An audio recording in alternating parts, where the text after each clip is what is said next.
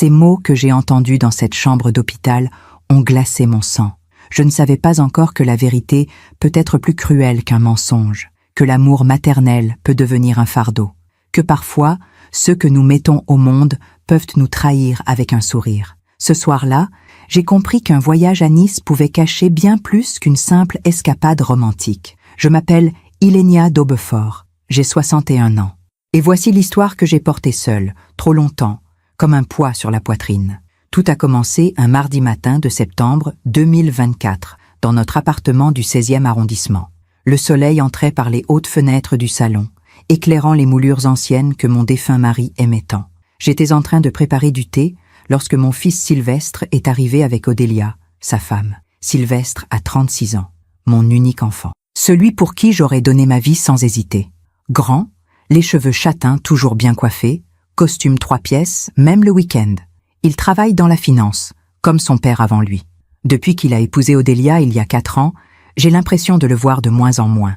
Mais ce matin-là, il était là, souriant, avec cette lueur dans les yeux que je ne lui avais pas vue depuis longtemps. « Maman, nous avons une faveur à te demander », a-t-il dit en s'asseyant sur le canapé Chesterfield. Odélia s'est installée à côté de lui. Elle avait 29 ans à l'époque. Blonde, mince, toujours élégante dans ses tailleurs Chanel. Issue d'une famille bourgeoise de Neuilly, elle avait perdu ses parents dans un terrible accident de voiture sur l'autoroute A6, 7 ans plus tôt, en 2017. Elle n'avait que 22 ans.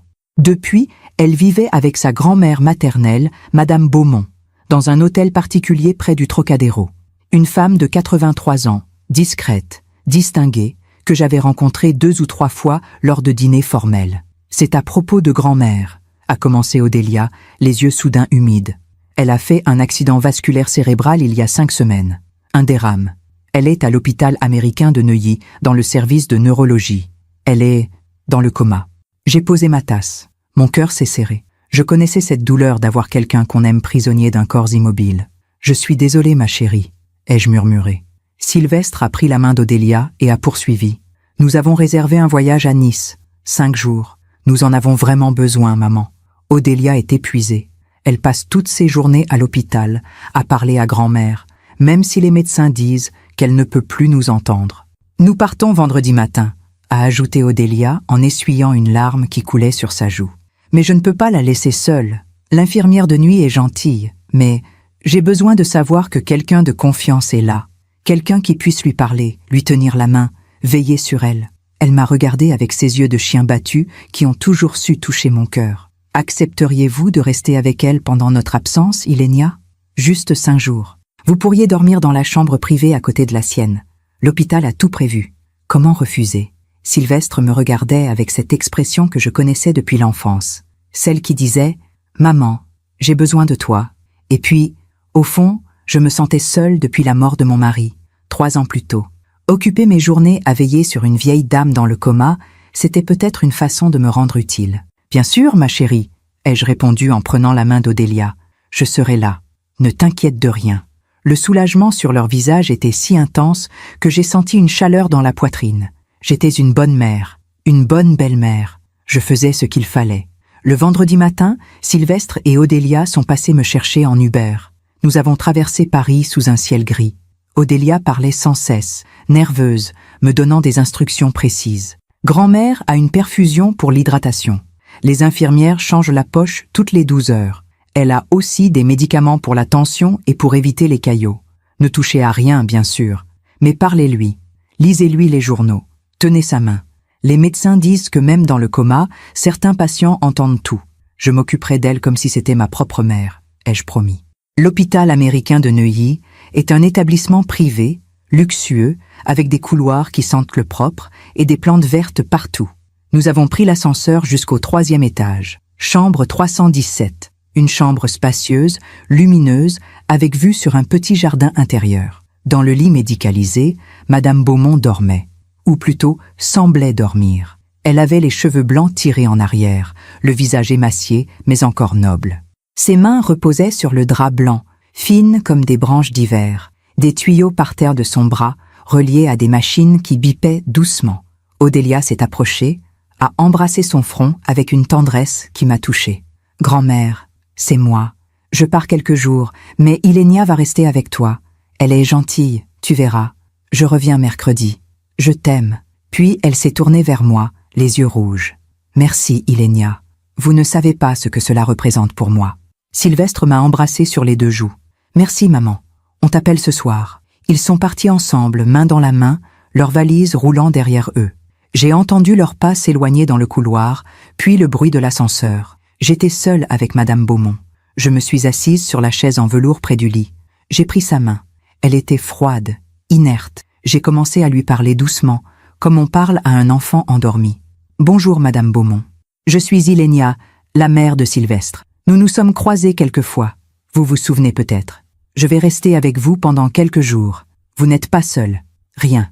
Aucun mouvement, aucun signe. Juste le bip régulier du moniteur cardiaque et le souffle discret de la perfusion. » Les heures ont passé lentement. J'ai lu Le Figaro à voix haute. J'ai regardé par la fenêtre. J'ai bu du thé que l'infirmière m'avait apporté. À 19h, une aide-soignante est venue vérifier la perfusion et ajuster les oreillers. Elle m'a souri gentiment. « Vous êtes de la famille ? La belle-mère de sa petite-fille. C'est bien que vous soyez là. Les patients sentent la présence. » Puis elle est repartie, refermant la porte derrière elle. La nuit est tombée. Les lumières du jardin intérieur se sont allumées, projetant des ombres douces sur les murs.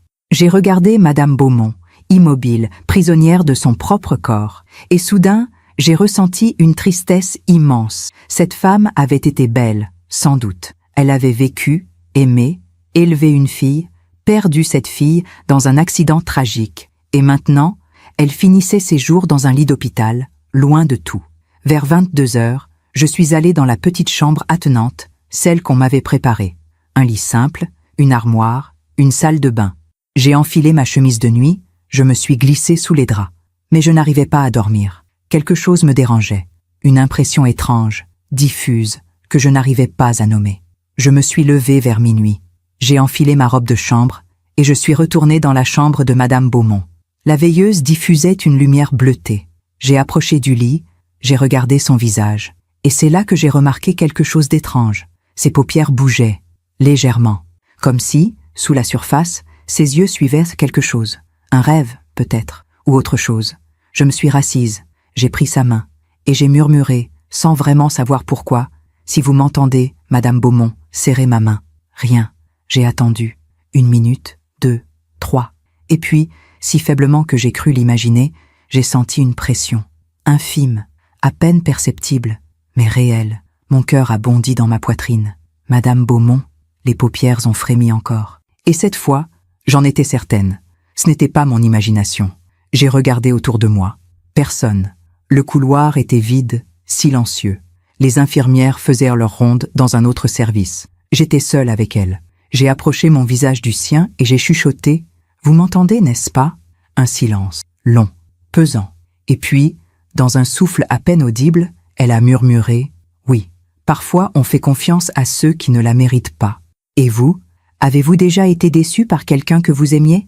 Racontez-moi votre histoire dans les commentaires, j'aimerais vous lire. » Ce mot, « oui », est resté suspendu dans l'air comme une prière interdite. J'ai reculé d'un pas, la main tremblante, le cœur battant si fort que j'avais peur qu'il explose. Madame Beaumont venait de parler. Elle venait de me répondre. Cette femme, qu'Odélia et les médecins disaient plongée dans un coma profond depuis 5 semaines, venait de prononcer un mot. « Madame Beaumont », ai-je chuchoté, la voix brisée par l'émotion. « Vous êtes consciente ?» Ses paupières ont frémi encore. Elle a pris une inspiration lente, difficile, comme si chaque souffle lui coûtait un effort surhumain. Puis, dans un murmure à peine audible, elle a dit « Pas ici, trop risqué ». J'ai jeté un regard vers la porte. Le couloir était toujours silencieux. Les machines continuaient leur balai mécanique. Bip, bip, bip, comme si rien n'avait changé. Mais tout avait changé. « Que voulez-vous dire ?» ai-je demandé, me penchant plus près encore. Elle a fermé les yeux, comme épuisée par cet échange minuscule. J'ai attendu. 1 minute, 2, 5, rien. Elle était retournée dans ce silence qui ressemblait à la mort. J'ai passé le reste de la nuit assise sur cette chaise en velours, incapable de fermer l'œil. Mon esprit tournait en boucle. Pourquoi faisait-elle semblant d'être dans le coma? Pourquoi me dire que c'était trop risqué de parler ici? Risqué pour qui? Pour elle? Pour moi? À 6 heures du matin, L'infirmière de jour est entrée, souriante, avec son chariot de médicaments. Une jeune femme brune, professionnelle, qui a vérifié les constantes de Madame Beaumont sans remarquer mon trouble. « Vous avez passé une bonne nuit ?» m'a-t-elle demandé en notant quelque chose sur une tablette électronique. « Oui, merci », ai-je menti. « Elle est stable, c'est déjà ça. » Après 5 semaines, certains patients commencent à montrer des signes d'amélioration. D'autres, elle n'a pas terminé sa phrase, mais le message était clair. Quand elle est repartie, je me suis approché du lit. J'ai pris la main de Madame Beaumont et j'ai murmuré « Je sais que vous m'entendez. Quand vous serez prête à me parler, je serai là. » Aucune réponse. Mais j'avais vu ses doigts frémir imperceptiblement. Les heures qui ont suivi ont été étranges, irréelles. Je suis resté dans cette chambre, lisant le journal, regardant par la fenêtre, attendant un signe. Vers midi, j'ai reçu un appel de Sylvestre. « Maman, comment ça se passe ?» Sa voix était détendue, joyeuse même. J'imaginais la promenade des Anglais, le soleil, les terrasses de café. « Tout va bien, mon chéri. » Madame Beaumont est stable. Les infirmières sont très attentives. Odélia est soulagée. Elle te remercie encore. On profite bien, le temps est magnifique. C'est bien, mon chéri. Profitez-en. Quand j'ai raccroché, je me suis senti mal à l'aise, comme si je venais de mentir. Mais que pouvais-je dire? Ton épouse ment? La grand-mère n'est pas dans le coma? Sans preuve, sans comprendre ce qui se passait vraiment, c'était impossible. J'ai décidé d'attendre, d'observer, de comprendre. L'après-midi s'est écoulé lentement. Vers 16 heures, une aide-soignante est venue donner un bain de lit à Madame Beaumont. Je suis sorti dans le couloir, j'ai marché jusqu'à la petite cafétéria du rez-de-chaussée, j'ai bu un café serré, regardant les gens aller et venir, des familles inquiètes, des patients en robe de chambre, des médecins pressés. Je pensais à Odélia, cette jeune femme que j'avais accueillie dans notre famille avec tant de chaleur. Je me souvenais du jour où Sylvestre me l'avait présentée, il y a 5 ans, en 2019, un déjeuner dans un restaurant du Marais. Elle était charmante, cultivée, douce, orpheline depuis 2 ans à ce moment-là, vivant avec sa grand-mère. Sylvestre était fou amoureux. Il la regardait comme mon défunt mari me regardait autrefois. « Elle a traversé tellement d'épreuves, maman », m'avait-il dit ce jour-là. « Je veux la rendre heureuse. » Et je l'avais cru.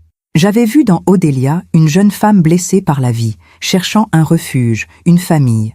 J'avais été heureuse pour eux quand ils s'étaient mariés en juin 2020 dans la chapelle de Neuilly. Une cérémonie intime, élégante. Madame Beaumont était là, dans un tailleur gris-perle, le regard fier posé sur sa petite fille unique. Mais aujourd'hui, quelque chose clochait, quelque chose que je n'arrivais pas encore à nommer.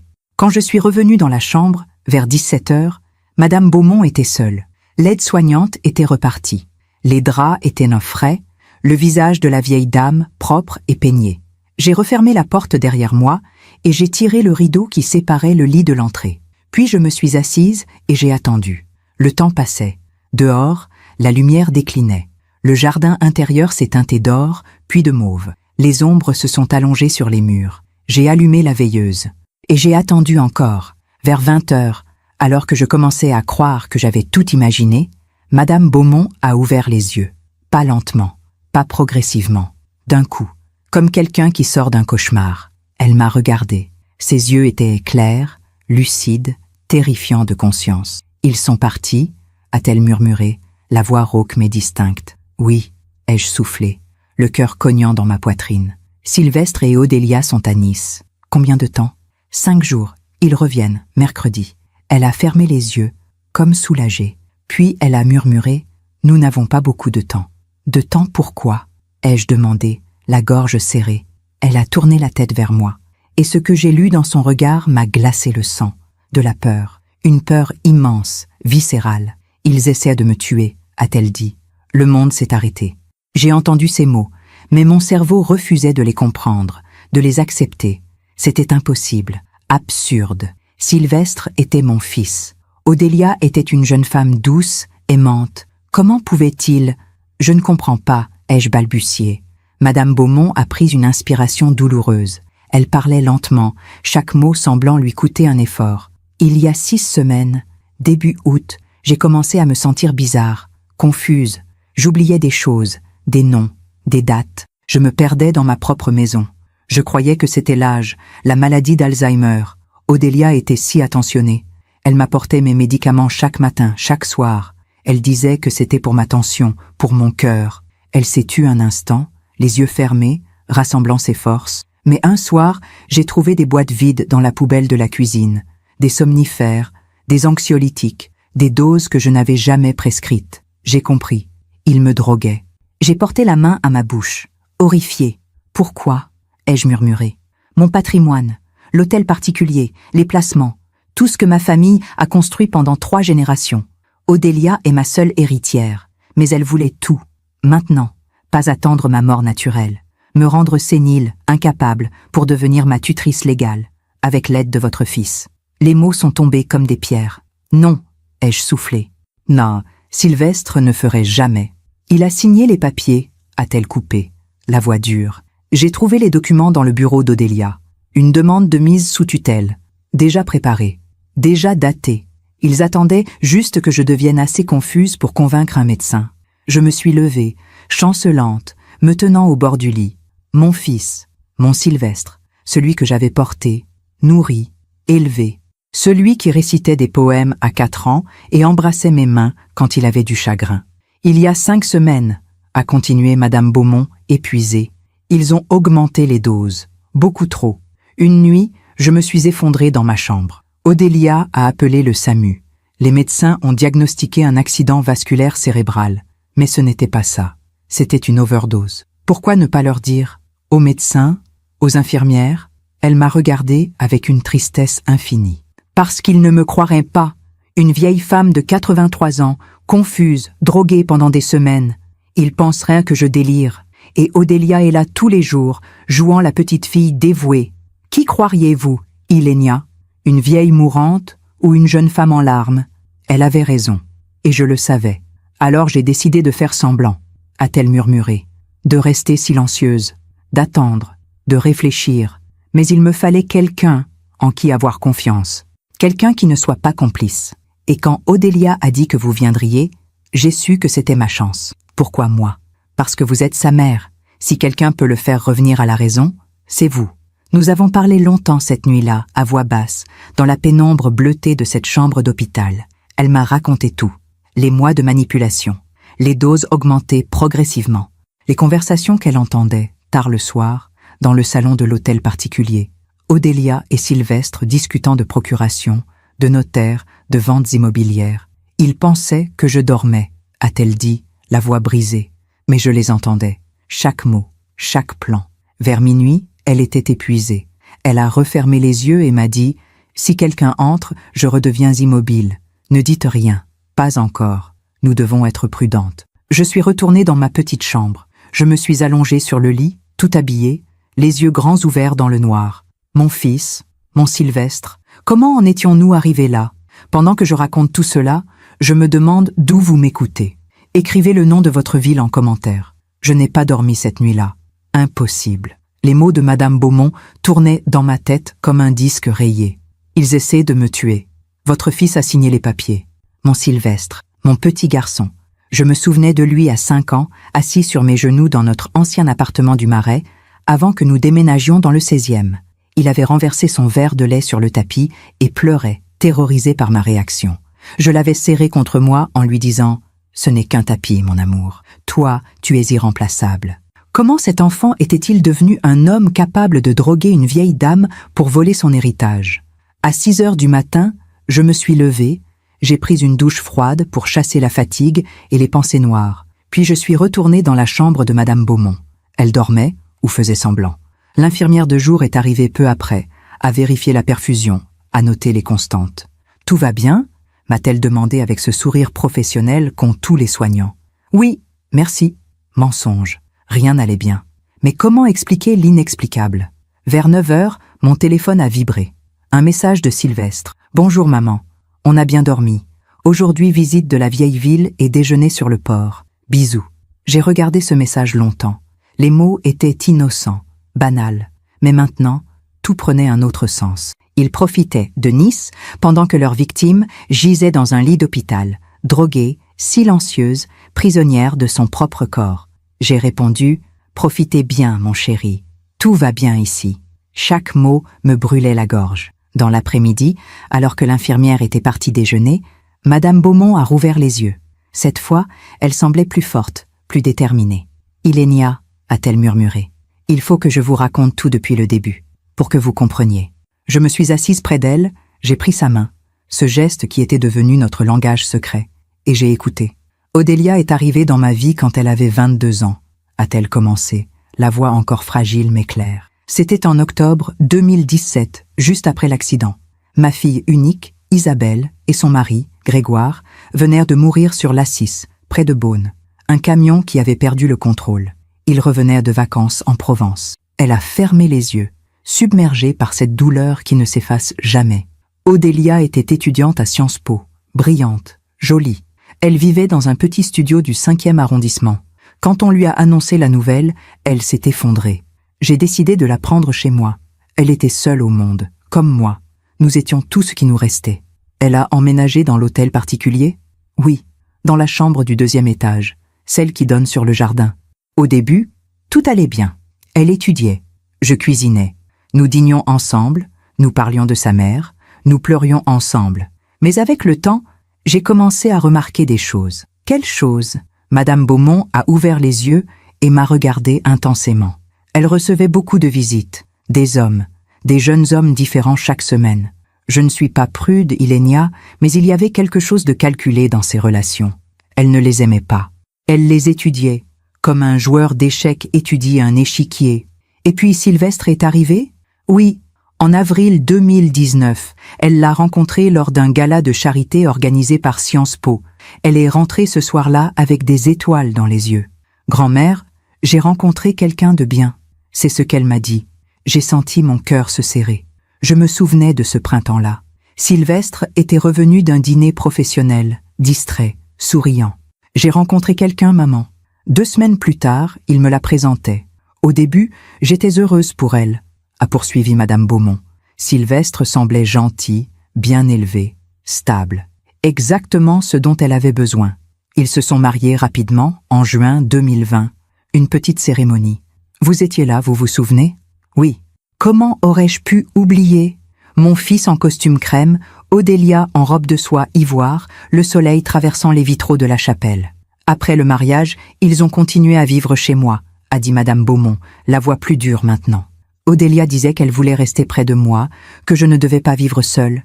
Mais maintenant, je comprends. Elle voulait me surveiller, me contrôler. Quand les choses ont-elles changé? Il y a 1 an environ. En septembre 2023, j'ai surpris une conversation entre Odélia et Sylvestre dans le bureau du rez-de-chaussée. La porte était entr'ouverte. Je passais dans le couloir. J'ai entendu Sylvestre dire « Elle a 82 ans. Combien de temps encore ?» Et Odélia a répondu « Trop longtemps. Nous devons accélérer. » Mon sang s'est glacé. J'aurais dû réagir immédiatement, a murmuré Madame Beaumont, les yeux humides. Mais je ne voulais pas y croire. Je me suis dit que j'avais mal compris, que c'était l'âge qui me rendait parano. Alors j'ai continué à vivre comme si de rien n'était. Et c'est là qu'ils ont commencé à vous droguer. Oui, progressivement. En janvier 2024, Odélia a insisté pour que je consulte un nouveau médecin. Pour votre tension, grand-mère, c'est important à votre âge. Le médecin m'a prescrit des médicaments. Odélia se chargeait de me les donner, matin et soir. Avec un grand verre d'eau et un sourire, elle a serré ma main plus fort. Au début, je ne remarquais rien, juste une légère somnolence. Puis, en mars, j'ai commencé à oublier des choses. Où j'avais posé mes clés? Quel jour nous étions? Des conversations entières disparaissaient de ma mémoire. En mai, c'était pire. Je me levais la nuit, désorientée. Je ne reconnaissais plus les pièces de ma propre maison. Odélia jouait la petite fille inquiète? Exactement.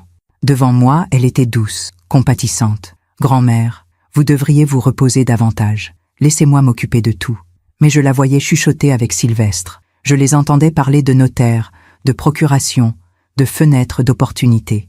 J'ai fermé les yeux, submergée par la honte. Comment n'avais-je rien vu? Comment n'avais-je rien senti? En juillet, a continué Madame Beaumont, j'ai trouvé les boîtes vides. Lorazépam, zolpidem, diazépam, des anxiolytiques et somnifères à haute dose, cachés au fond de la poubelle de la cuisine, sous des épluchures. J'ai compris qu'ils essayèrent de me rendre folle, légalement folle, pour me placer sous tutelle.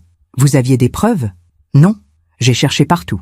Mais Odélia était prudente. Elle gardait les documents importants dans un coffre, au 1er étage, dont elle seule avait la clé. Et l'overdose?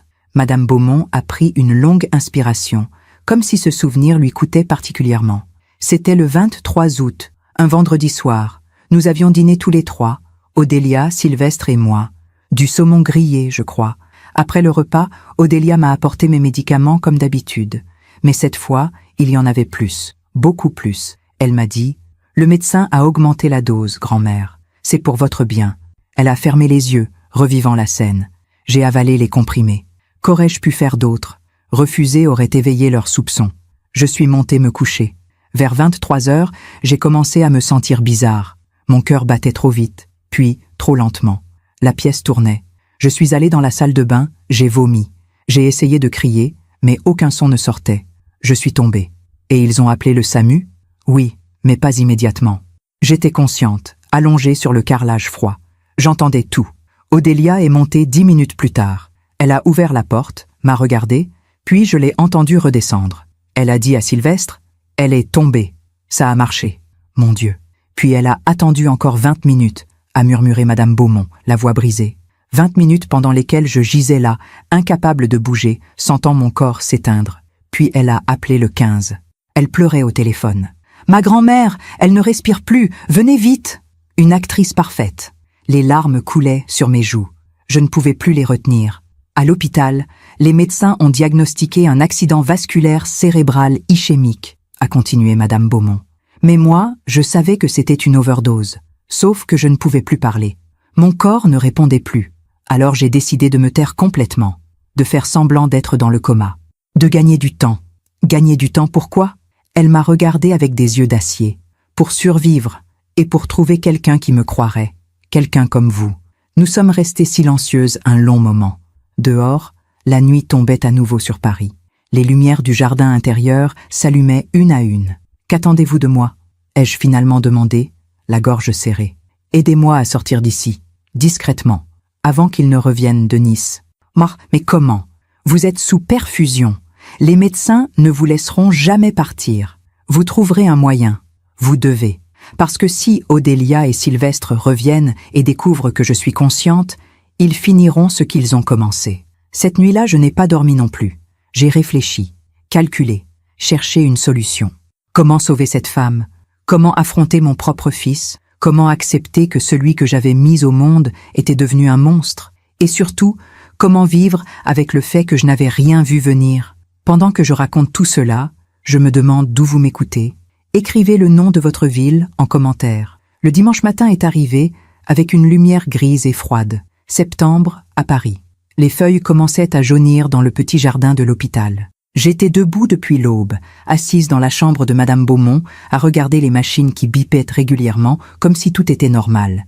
Mais rien n'était normal. J'avais passé la nuit à élaborer des plans impossibles. Débrancher la perfusion? Les alarmes se déclencheraient immédiatement. Demander une sortie contre avis médical? Il me faudrait l'autorisation de la famille, c'est-à-dire Odélia. Prévenir la police? Avec quelles preuves? Les accusations d'une vieille dame que tout le monde croyait dans le coma et les soupçons d'une belle-mère qui venait de découvrir la vérité? Non, personne ne nous croirait. Vers 8 heures, l'infirmière du dimanche est entrée. Une femme d'une 50aine d'années, aux cheveux courts et au regard fatigué.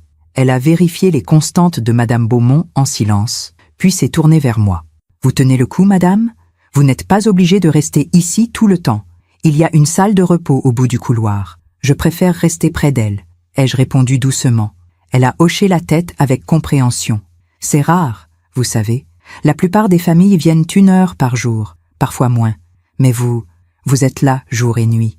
Elle a de la chance, si seulement elle savait. Quand l'infirmière est repartie, j'ai murmuré à Madame Beaumont, elle vient de me donner une idée. Ses paupières ont frémi imperceptiblement. Si je peux convaincre le personnel que vous allez mieux, qu'ils peuvent vous transférer dans un service de rééducation ou même vous laisser rentrer chez vous, nous aurions une chance. Mais comment? Les médecins ne décideraient jamais ça sans examen approfondi. Et si Madame Beaumont se réveillait soudainement après 5 semaines de coma, les médecins voudraient comprendre pourquoi. Ils feraient des analyses de sang. Ils découvriraient peut-être les traces de médicaments. Non, c'était trop risqué. Vers 10 heures, mon téléphone a vibré. Un appel de Sylvestre cette fois. « Maman, comment vas-tu » Sa voix était détendue, joyeuse. J'imaginais la terrasse ensoleillée, le bruit des vagues. Odélia à ses côtés, sirotant un café. « Je vais bien, mon chéri. Et vous? On s'amuse beaucoup. Hier, on a visité le musée Matisse. Aujourd'hui, on va peut-être louer un bateau pour la journée. Un bateau, pendant que leur victime gisait dans un lit d'hôpital. C'est merveilleux, ai-je répondu, la voix étranglée. Et grand-mère? J'ai regardé Madame Beaumont, immobile dans son lit, les yeux fermés. Stable. Les infirmières disent qu'il n'y a pas de changement. C'est bien. Enfin, je veux dire, c'est triste. Mais au moins, elle ne souffre pas. Ne souffre pas. Mon fils croyait vraiment ça? Ou mentait-il aussi bien qu'Odélia? Passe-moi Odélia une seconde, ai-je demandé sans savoir pourquoi. Un bruit de fond, des rires, puis la voix d'Odélia. Ilénia, merci encore pour tout. Vous ne pouvez pas savoir ce que ça représente pour moi. Grand-mère elle est tout ce qui me reste de ma mère. Le mensonge était tellement parfait que j'ai failli y croire moi-même. Je sais, ma chérie. Profitez bien de ces quelques jours. Vous en aviez besoin. Vous êtes un ange, Ilénia. À très bientôt. Quand j'ai raccroché, j'avais les mains tremblantes. Comment pouvait-on mentir avec autant de sincérité dans la voix? Comment pouvait-on parler d'amour tout en planifiant un meurtre? L'après-midi s'est écoulé dans une étrange léthargie. J'ai lu le journal à Madame Beaumont à voix haute, des articles sur la politique, l'économie, des choses sans importance, tout pour maintenir l'apparence de la normalité. Une aide-soignante est venue vers 15 heures, a vérifié la perfusion, a changé la poche d'hydratation. Elle a l'air paisible, a-t-elle dit en regardant Madame Beaumont. Paisible. Le mot m'a déchiré le cœur. Vers 17 heures, alors que le personnel se préparait pour le changement d'équipe, Madame Beaumont a rouvert les yeux. Cette fois, il y avait une lueur différente dans son regard, une détermination nouvelle. « Ilénia », a-t-elle murmuré. « J'ai une idée. » Je me suis penchée vers elle. « Il y a quelqu'un qui peut nous aider. » « Qui ? Mon notaire, maître de l'Orme. Je le connais depuis 30 ans. Il a les originaux de tous mes documents, mon testament, mes procurations. Si je peux le joindre, lui expliquer, il pourra bloquer toute tentative de mise sous tutelle. Mais comment le contacter? Odélia surveille sûrement votre téléphone, vos emails. Utilisez le vôtre. Son cabinet est rue de Rivoli. Dites-lui que c'est de ma part, qu'il vienne me voir ici, discrètement. Avant mercredi, j'ai sorti mon téléphone, j'ai cherché le cabinet de maître de l'Orme. Un site sobre, professionnel, notaire spécialisé en droit patrimonial et succession. Mais dimanche soir, le cabinet était fermé. Je l'appellerai demain matin, première heure, ai-je promis. Madame Beaumont a fermé les yeux, épuisée par cet effort. Merci, Ilénia. Vous êtes la seule personne en qui je peux avoir confiance. Ces mots m'ont brisé, parce que moi, j'avais échoué. J'avais échoué à élever un fils honnête. J'avais échoué à voir le monstre qu'il était devenu. Cette nuit-là, je suis restée éveillée dans ma petite chambre, assise sur le lit, fixant le plafond. Les souvenirs remontaient par vagues. Sylvestre enfant, jouant dans le jardin du Luxembourg. Sylvestre adolescent, renfermé après la mort de son père d'un cancer en 2015. Sylvestre adulte, ambitieux, toujours en costume, toujours pressé. Quand avait-il changé? Ou avais-je simplement refusé de voir ce qu'il était devenu? Je me souvenais d'une conversation, il y a 2 ans, à Noël 2022. Nous dînions chez moi, Sylvestre, Odélia et moi. Sylvestre parlait de son travail, de ses clients fortunés, de l'argent qui circulait dans les hautes sphères de la finance. Tu sais, maman, dans ce milieu, il y a 2 types de personnes. Ceux qui héritent de tout et ceux qui doivent tout construire. Moi, je dois tout construire. Mais tu as eu une belle éducation, une belle vie, avais-je répondu, vexée. Ce n'est pas assez, ce ne sera jamais assez. Odélia avait posé sa main sur la sienne. Nous aurons tout, mon amour. Un jour. À l'époque, je n'avais pas compris. Je croyais qu'il parlait de travailler dur, de réussir professionnellement. Mais maintenant, je comprenais. Ils parlèrent de l'héritage de Madame Beaumont, de l'hôtel particulier, des millions placés en banque. Ils parlaient de voler une vieille dame. Le lundi matin, à 9 heures précises, j'ai appelé le cabinet de maître de l'Orme. Une secrétaire à la voix neutre a décroché. « Cabinet de l'Orme, bonjour. »« Bonjour, je m'appelle Ilénia d'Aubefort. Je vous appelle de la part de Madame Elisabeth Beaumont. C'est urgent. » Un silence. « Madame Beaumont? Mais elle est dans le coma, oui. C'est justement pour ça que j'appelle. » Autre silence, plus long. « Je vais transférer votre appel à maître de l'Orme. Ne quittez pas. » Une attente interminable. Puis une voix grave, posée, celle d'un homme d'une 60aine d'années.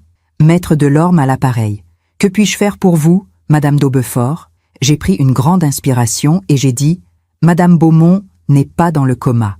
Elle est consciente et elle a besoin de vous, de toute urgence. » Le silence qui a suivi était assourdissant. « Je vous écoute », a-t-il finalement dit, la voix tendue. Je lui ai tout raconté. L'overdose, les médicaments, le plan de mise sous tutelle, les conversations entendues, la manipulation, Sylvestre et Odélia. Tout. Quand j'ai terminé, Maître Delorme a soupiré longuement. C'est grave, très grave. Si ce que vous dites est vrai, nous parlons d'une tentative d'homicide et d'escroquerie. Je sais. Mais sans preuve matérielle, c'est votre parole contre la leur. Madame Beaumont est-elle en état de témoigner? Elle est faible, mais consciente. Elle peut parler. Je viens cet après-midi, 15 heures, chambre 317. C'est bien ça? Oui. Merci, maître. Ne me remerciez pas encore. Nous avons beaucoup de travail devant nous. J'ai passé la matinée dans un état de tension extrême. Chaque bruit dans le couloir me faisait sursauter. Chaque fois que mon téléphone vibrait, je craignais que ce soit Sylvestre ou Odélia rentrant plus tôt que prévu. Vers midi, l'infirmière est venue avec le plateau repas de Madame Beaumont. Une soupe, un yaourt. Elle a posé le plateau sur la table roulante et m'a regardé avec curiosité. « Vous ne mangez pas, Madame d'Aubefort ?»« Je n'ai pas faim. » Elle a hoché la tête. « Le stress, je comprends. Mais vous devez prendre soin de vous aussi. » Quand elle est repartie, j'ai murmuré à Madame Beaumont « Maître Delorme vient à 15 heures. » Ses doigts ont bougé légèrement sous le drap, un signe de soulagement. À 15 heures précises, un homme est entré dans la chambre. Grand, cheveux gris, costume sombre, mallette en cuir. Il avait le visage de quelqu'un qui a vu beaucoup de tragédies humaines et qui ne s'étonne plus de rien. Madame d'Aubefort? Oui. Il a refermé la porte derrière lui, a tiré le rideau qui séparait le lit de l'entrée, créant un espace d'intimité. Madame Beaumont, a-t-il dit à voix basse, c'est moi, Édouard Delorme. Les yeux de Madame Beaumont se sont ouverts, et pour la première fois depuis mon arrivée, j'ai vu des larmes couler sur ses joues. Édouard, a-t-elle murmuré. Il s'est assis près du lit, a pris sa main avec une douceur infinie. Racontez-moi tout, depuis le début. Et elle a raconté. Avec des pauses, des tremblements dans la voix, mais elle a tout dit. Les mois de manipulation, les médicaments, l'overdose, le plan de mise sous tutelle, Sylvestre et Odélia. Maître Delorme m'écoutait, le visage impassible, mais je voyais ses mâchoires se crisper. Quand elle a terminé, il a ouvert sa mallette et en a sorti plusieurs documents. J'ai ici votre testament original, daté de janvier 2023. Vous léguez l'intégralité de votre patrimoine à Odélia, votre unique héritière. C'est bien ça? Oui, a murmuré Madame Beaumont. Mais je veux le changer. Maintenant. Nous allons le faire. Mais d'abord, nous devons vous sortir d'ici. Légalement. Comment? Ai-je demandé. Maître Delorme s'est tourné vers moi. En demandant un transfert médical vers une clinique privée. Une clinique où j'ai des contacts, où Madame Beaumont pourra être en sécurité, loin d'Odélia et de votre fils. Mais pour ça, il nous faut l'accord d'un médecin. Quel médecin acceptera de transférer une patiente dans le coma? Un médecin qui saura la vérité. Il s'est levé, a regardé Madame Beaumont avec gravité. Je vais parler au chef de service, confidentiellement. En tant que notaire, je peux invoquer le secret professionnel et la protection d'une personne vulnérable. Mais il faut faire vite. Quand reviennent-ils de Nice? Mercredi, ai-je répondu. Nous avons donc 48 heures. Je me demande encore si j'ai fait le bon choix. Et vous? Qu'auriez-vous fait à ma place? Maître Delorme est parti vers 16 heures, sa mallette sous le bras, le visage grave. Avant de franchir la porte, il s'est retourné vers moi. Ne dites rien à personne, ni aux infirmières, ni à votre fils s'il appelle. Continuez à jouer votre rôle. Je reviens demain matin avec le docteur Mercier. C'est le chef du service de neurologie. Un homme intègre. Et s'il refuse de nous croire? Il ne refusera pas. Pas quand il aura tous les faits. Quand il est parti, je me suis effondrée sur la chaise près du lit. L'adrénaline qui m'avait tenue éveillée toute la journée se dissipait, me laissant vidée, tremblante. Madame Beaumont a ouvert les yeux et m'a regardée avec une tendresse inattendue. Vous auriez pu partir, Ilenia. Fermer les yeux, prétendre que tout allait bien. Mais vous êtes restée. Comment aurais-je pu partir? Ai-je murmuré, la gorge serrée. Beaucoup l'auraient en fait. Par lâcheté, par amour aveugle pour leur enfant. Mais vous avez choisi la vérité, même si elle vous brise. Les larmes que j'avais retenues pendant des jours ont enfin coulé, silencieuses, brûlantes. Il est mon fils, ai-je soufflé. Mon unique enfant. Je l'ai porté, je l'ai élevé, je lui ai appris ce qui était bien et mal. Où ai-je échoué? Madame Beaumont a serré ma main faiblement. Vous n'avez pas échoué. Parfois, les enfants choisissent leur propre chemin, un chemin que nous n'aurions jamais imaginé pour eux. La nuit est tombée lentement sur Paris. Les lumières du jardin intérieur se sont allumées. J'ai commandé un plateau repas que je n'ai pas touché. Mon téléphone est resté silencieux. Aucun appel de Sylvestre, aucun message d'Odélia. Ils profitèrent de leur dernière journée à Nice, inconscients que tout était en train de s'écrouler. Vers 22 heures, alors que je m'apprêtais à aller me coucher, Madame Beaumont a murmuré « Ilénia, il y a quelque chose que vous devez savoir. » Je me suis rassise près d'elle. Quoi? Le coffre, au premier étage de l'hôtel particulier. Odélia y garde tous les documents compromettants, les fausses ordonnances, les papiers de mise sous tutelle, tout. Vous connaissez la combinaison? Elle a secoué la tête faiblement. Non, elle l'a changée il y a 6 mois. Mais je sais où elle cache le code. Où? Dans son agenda. Un petit carnet en cuir marron qu'elle garde toujours dans son sac à main. Elle note tout dedans. Rendez-vous, numéros importants, code. Elle croit que personne ne le regarde jamais. Mais moi, je l'ai vu. Vous voulez que j'aille chez vous? Non, pas maintenant. Trop risqué. Odélia a peut-être laissé quelqu'un surveiller la maison pendant leur absence. Une femme de ménage, un voisin. Attendons d'abord le transfert. Ensuite, nous verrons. J'ai hoché la tête, même si l'idée de devoir un jour entrer dans cette maison, fouiller dans les affaires d'Odélia, me terrifiait. Le mardi matin est arrivé avec une lumière pâle et froide. Septembre touchait à sa fin. Bientôt octobre. Bientôt l'automne véritable. À 9 heures précises, Maître Delorme est revenu, accompagné d'un homme d'une 50aine d'années, aux cheveux poivre et sel, aux lunettes fines. Il portait une blouse blanche sur un costume impeccable.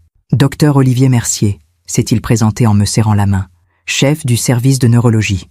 Il avait une voix calme, posée, le genre de voix qui rassure immédiatement. Maître Delorme m'a expliqué la situation.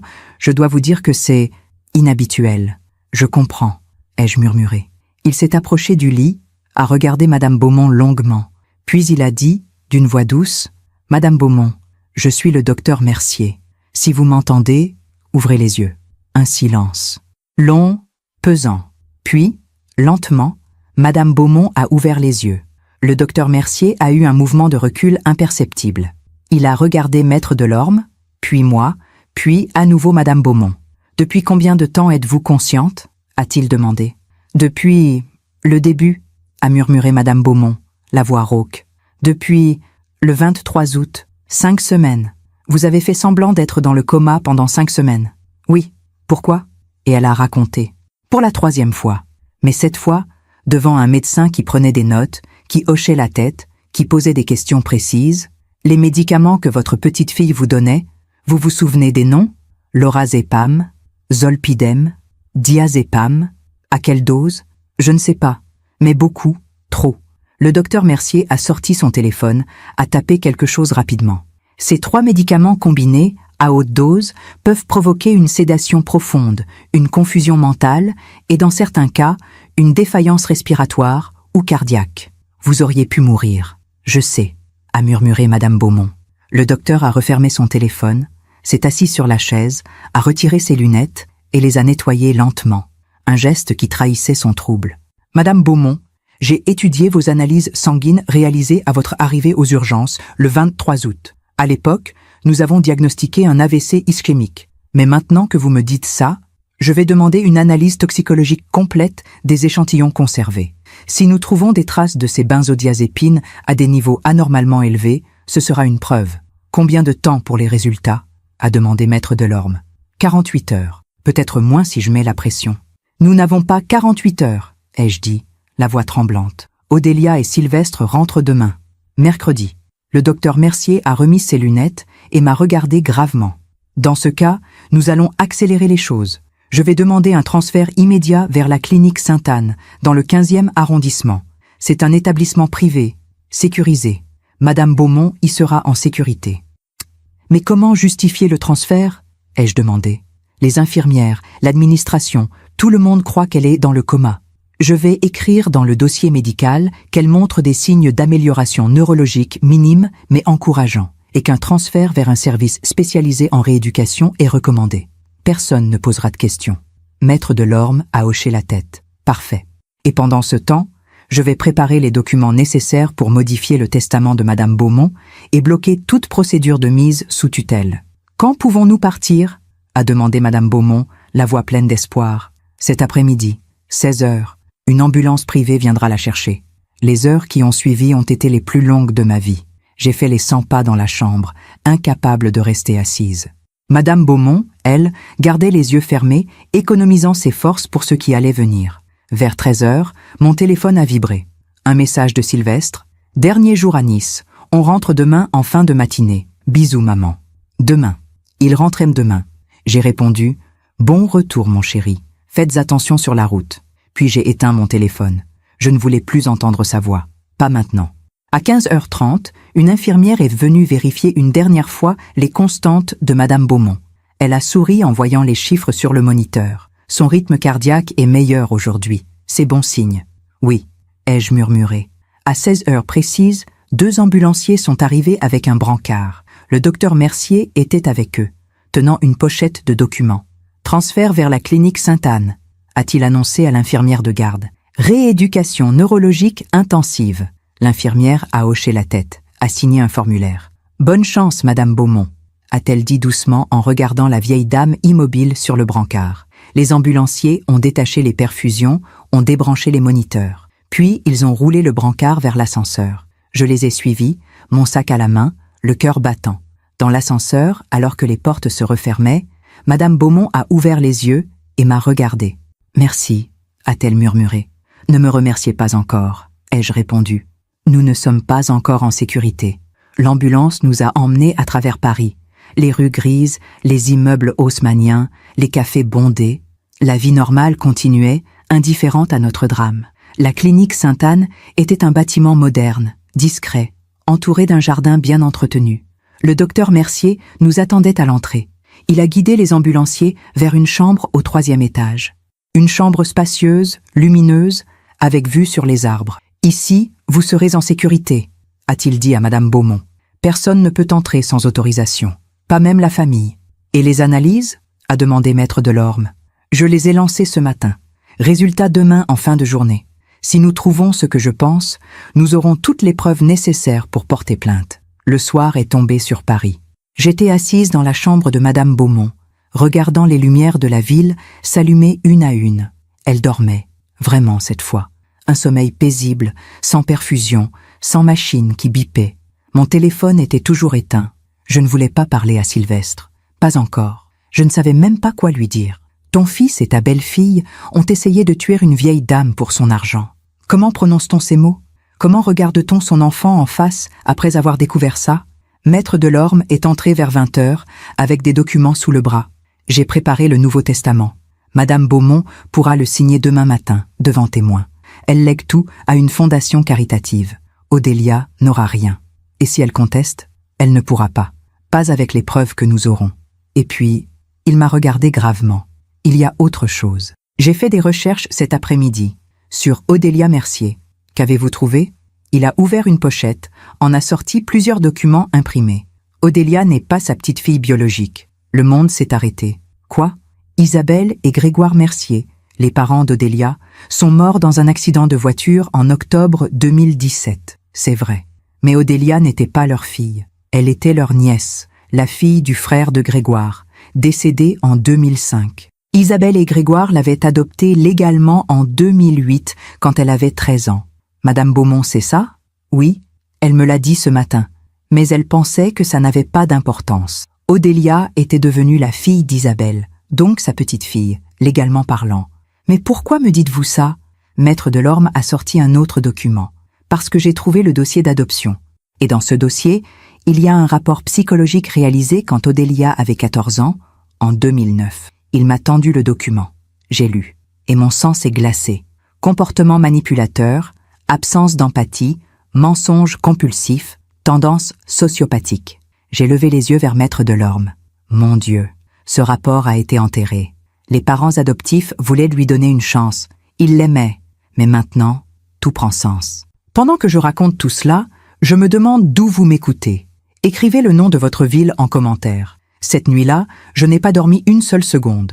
J'étais assise dans le fauteuil de la chambre de la clinique Sainte-Anne, le rapport psychologique d'Odélia, posé sur mes genoux, le relisant encore et encore, comme si les mots allaient soudainement changer de sens. Comportement manipulateur, absence d'empathie, mensonge compulsif, tendance sociopathique. Ma belle-fille, la femme que mon fils avait épousée, la femme que j'avais accueillie dans ma famille avec tendresse. Elle était un monstre depuis l'enfance. Comment Sylvestre n'avait-il rien vu? Ou pire, avait-il vu et choisi de fermer les yeux? À 6 heures du matin, Madame Beaumont s'est réveillée. Elle m'a regardé et a compris immédiatement que quelque chose n'allait pas. Vous n'avez pas dormi? Non. À cause du rapport? Vous le saviez? Que les parents adoptifs d'Odélia avaient consulté un psychologue? Elle a hoché la tête faiblement. Isabelle, ma fille, m'en avait parlé. Une seule fois. C'était en 2010, 1 an après l'adoption. Nous prenions le thé dans mon salon. Elle était fatiguée, préoccupée. Elle m'a dit qu'Odélia était différente, qu'elle ne semblait jamais vraiment heureuse ou triste, qu'elle jouait des émotions comme on joue un rôle au théâtre. Et qu'avez-vous répondu? J'ai dit que c'était normal, qu'une enfant qui avait perdu ses vrais parents si jeune, le père d'Odélia est mort dans un accident du travail en 2005, quand elle avait 10 ans, pouvait développer des mécanismes de défense. J'ai dit à Isabelle de lui donner du temps, de l'amour. Mais ça n'a pas fonctionné? Non. Odélia a grandi en devenant plus habile à masquer ce qu'elle était vraiment. Plus intelligente, plus dangereuse. Madame Beaumont a fermé les yeux, épuisée par cette conversation. Isabelle et Grégoire sont morts en 2017. Odélia avait 22 ans. Elle venait de terminer ses études à Sciences Po. Elle pleurait à leurs funérailles. Des larmes magnifiques. Tout le monde la trouvait si courageuse, si forte. Mais moi, j'ai vu quelque chose d'autre dans ses yeux. Quoi? Du soulagement. À 9 heures, Maître Delorme est arrivé avec 2 témoins, un autre notaire et une greffière, pour la signature du Nouveau Testament. Madame Beaumont s'est assise dans son lit, a pris le stylo d'une main tremblante et a signé. Je lègue l'intégralité de mon patrimoine, l'hôtel particulier, les comptes bancaires, les placements, à la Fondation de France pour aider les personnes âgées vulnérables.